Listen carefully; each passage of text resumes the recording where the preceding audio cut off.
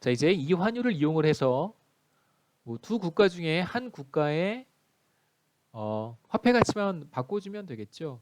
편의상 보통 우리가 그렇게 많이 하니까 한국의 2천만 원을 달러로 바꿔보겠습니다. 이제 1,000원이 1달러와 같으니까요. 2천만 원은 이제 2만 달러와 같습니다. 계산하는 방법은 달러당 1,000원이니까 2천만 원을 그냥 환율 1,000원으로 나눠주시면 되겠죠. 1,000원으로 나눠주시면 2만이 남고 여기에 달러만 붙여주시면 됩니다. 그래서 두 국가의 순수한 의미에서의 생산량 차이는 사실 4배예요. 1인당 생산량은 한국이 자동차 4분의 1, 그 다음에 대학교육 4분의 1 생산하고 있습니다. 그런데 자동차의 가격만 반영해서 환율이 결정이 되기 때문에 이런 시장 환율을 적용할 경우 한국의 GDP는 2만 달러, US GDP는 12만 달러입니다. 몇 배 차이가 나냐면 6배 차이 혹은 6분의 1 수준이라고 얘기할 수 있습니다. 다시 말씀드리면 실제로 생산 규모는 US의 4분의 1이지만 비교역제를 고려하지 않은 시장 환율을 적용할 경우에 이 시장 환율은 교역제인 자동차의 가격에 의해서만 결정이 되는데요. 이것만을 우리가 고려할 경우에는 한국의 GDP가 과소평가될 수 있다 이렇게 얘기할 수 있습니다. 6분의 1 수준밖에 안 되니까요. 과소평가될 수 있다. 이게 바로 시장 환율을 적용할 때의 문제점이다라고 볼 수 있겠죠. 자, 그럼 이런 문제를 극복하기 위해서 우리는 PPP 환율이라는 것을 사용하는데요. 어떤 방식으로 어떻게 적용하는지 한번 보도록 하겠습니다. 그리고 또 결과는 어떻게 달라지는지. 자, PPP라고 하는 것은 Purchasing Power Parity에서 온 것이고요. 그래서 구매력 차이 뭐 이렇게 번역하시면 됩니다.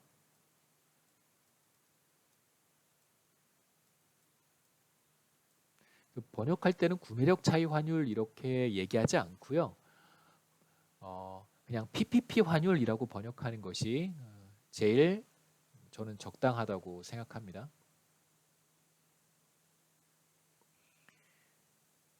자, 이제 PPP 환율을 어떻게 계산을 하고 이것을 어떻게 적용하는지 한번 보겠습니다.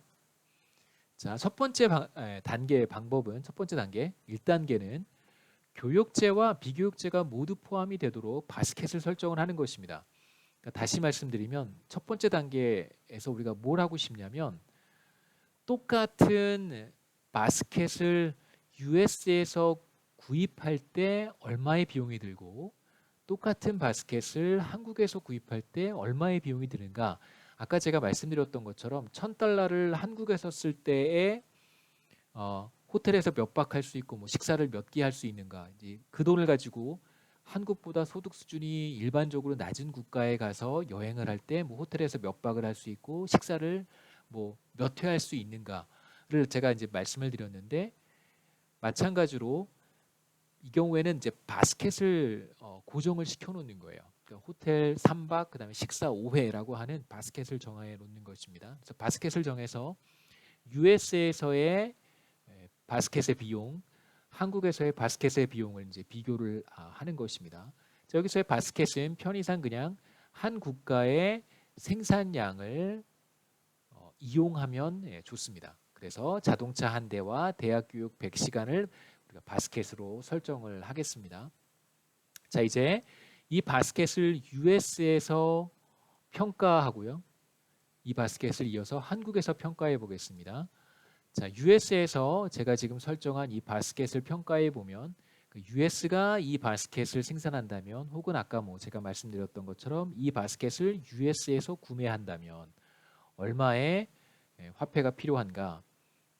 US에서 한 대 10,000달러고요. 그 다음에 교육 100시간은 1시간당 200달러이기 때문에 계산해 보면 3만 달러가 나오고 그래서 만약에 US에서 이 바스켓을 생산한다면 3만 달러가 되는 것이고요. 혹은 이 바스켓을 US에 가서 구매한다면 3만 달러가 필요한 것입니다. 이제 똑같은 바스켓을 한국에서 생산한다면 혹은 똑같은 바스켓을 한국에서 구매한다면 자동차 한 대는 1,000만 원, 교육 1시간은 10만 원이니까요. 모두 2천만 원의 돈이 필요합니다. 혹은 이것을 한국에서 생산한다면 이제 2천만 원의 가치가 있다 이렇게 얘기할 수 있겠죠. 자, 그런데 이 바스켓은 두 국가에 모두 동일하기 때문에 3만 달러의 가치와 2천만 원의 가치는 동일해야 됩니다. 그러니까 지금 여기에 대학 교육 100시간이라고 하는 것이 추가로 들어가 있다는 거에 주목하실 필요가 있어요. 우리가 환율을 계산할 때 사실 대학 교육 100시간은 뺐었습니다. 그러니까 이걸 사실 우리가 제외했던 것이죠. 그리고 환율을 계산했더니 10,000달러는 1,000만 원과 같아야 된다라고 하는 결론을 내린 것이고요. 지금 여기에서는 비교육제인 대학 교육을 포함시켰습니다. 자, 그랬더니 뭐와 뭐가 같아져야 되냐면 3만 달러와 2천만 원이 같아져야 된다는 뜻이죠. 3만 달러와 2천만 원이 같아져야 된다. 다시 말하면 이 두 개의 화폐 가치가 같아지기 위해서는 1달러는 얼마일까? 그래서 환율을 계산할 수 있습니다. 다음으로 넘어가서요.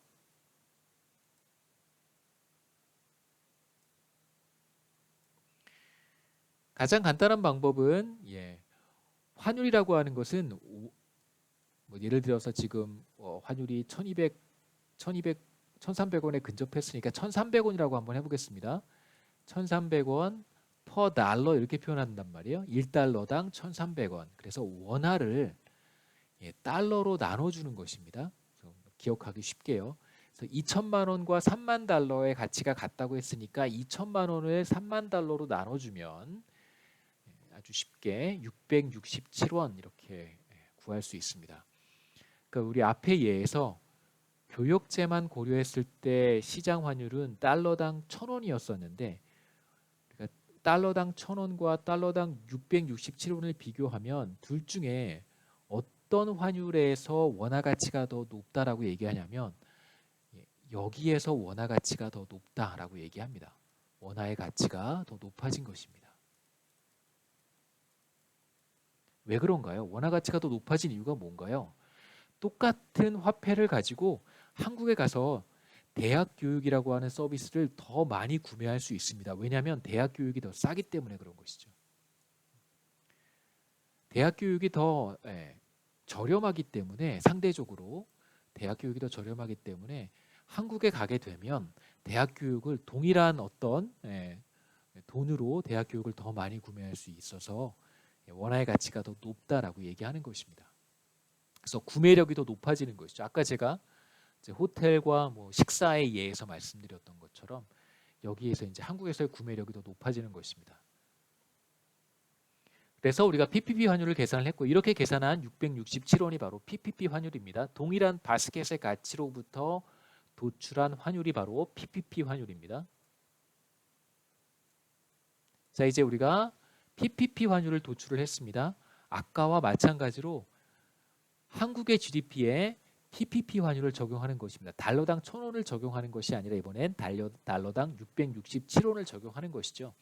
자, 그런데 아주 간단한 것은 한국에서의 1인당 GDP가 2천만 원이었었어요. 근데 그 2천만 원은 뭐와 동일하냐면 3만 달러와 동일하다고 했습니다. 그래서 뭐 굳이 계산해도 똑같은데요. 우리가 그냥 쉽게 667원을 2천만 원을 667원으로 나눠서 계산할 수도 있고 그냥 2천만 원은 3만 달러의 가치와 같으니까 그냥 3만 달러다 이렇게 쉽게 한국의 GDP를 US 달러로 변환할 수 있습니다. 그래서 변환한 한국의 PPP 환율을 이용해서 계산한 한국의 GDP는 1인당 GDP는 3만 달러다 이렇게 얘기할 수 있고 US 달러로 US의 1인당 GDP 12만 달러와 비교하면 4분의 1 수준이 되겠죠. 그래서 아까도 말씀드렸듯이 생산량을 기준으로 본다면 한국은 US의 4분의 1 규모가 맞습니다. 그래서 지금 우리가 계산한 PPP 환율을 통해서 두 국가의 GDP를 비교해 보면 4분의 1이라는 결과를 우리가 똑같이 얻을 수 있겠죠. 그래서 여기까지가 2장의 내용입니다.